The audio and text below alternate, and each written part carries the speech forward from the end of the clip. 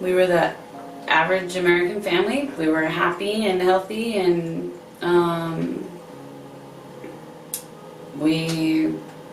everything was perfect. I wouldn't change anything about it. We did the basketball games and baseball games and spent tons of family time together, and then it was me and him time, and we went and rode together, and it was like a fairy tale.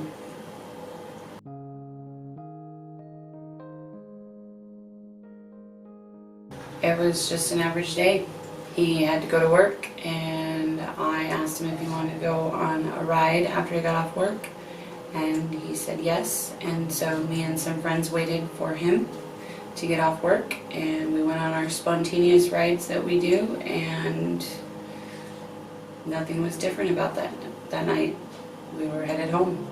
I wasn't at the accident when it happened, but I was at home just watching TV, enjoying my night, and I heard a bunch of sirens going by my house. I live right off of Kimberly Road, and the accident was just about a half mile down the road from my house. Heard all the sirens, and I ended up getting a phone call right then from one of the riders that was with the group in a panic that Travis was hurt and that I needed to get down there as soon as possible. It took me just a matter of just a few seconds to throw some clothes on and get down the street. I was actually there so fast that the police officers were wondering how I even knew about it.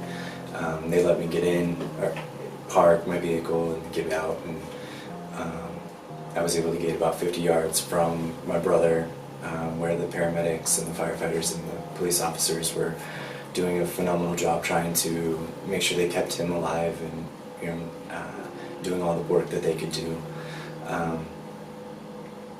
It was definitely it was very crazy night.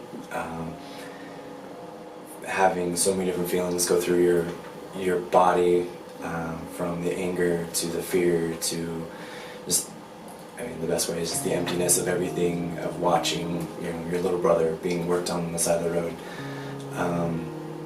The police officers let me get about 50 yards-ish from him, and I had to watch Teresa, standing next to him, encouraging my little brother to push through and not to leave her and not to move and do anything to make it. There was hope when the helicopter did show up for the life flight, but by the time that it had landed, they had pretty much not been able to keep Travis alive long enough to where they would be able to transport him. At that time, the police officers did bring Teresa over to me, and I was able to hold her for a minute, and some of the other riders were there and helped take her so I could walk around for a little bit and try to gather what had happened, because it was rather intense, very intense evening. It happened so fast. Yes.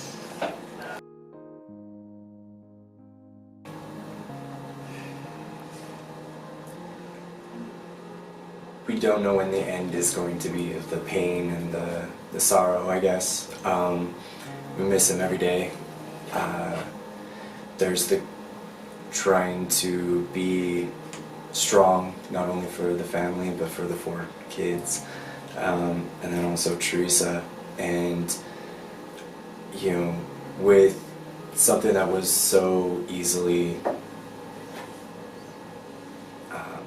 avoided. Yeah. Having to try to push through for the future is, we don't know where the end is. I wish there was an answer to how the future is going to look and how we're going to be able to move forward. The only thing we can do is just try to educate and not have the anger and really push for, closure, I guess would be the best word. And staying together is, the strength of, family and friends and the community. It's been amazing. The future it's very open right now, and it's crazy that a mistake takes someone else's future away and we have a whole other future to deal with.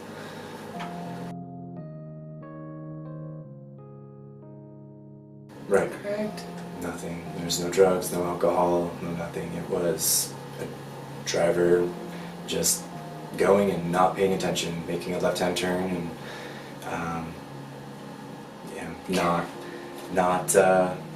just not paying attention to the normal everyday road cautions that you're supposed to be doing.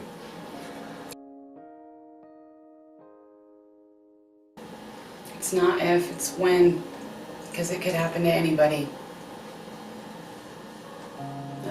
Look once, look twice, look 3 times. You look as many times as it takes, and take your time. Slow down. It's not worth ruining somebody else's life and damaging them. Because you're not hurting one person, you could be hurting a whole family. You don't know how many people you're going to affect.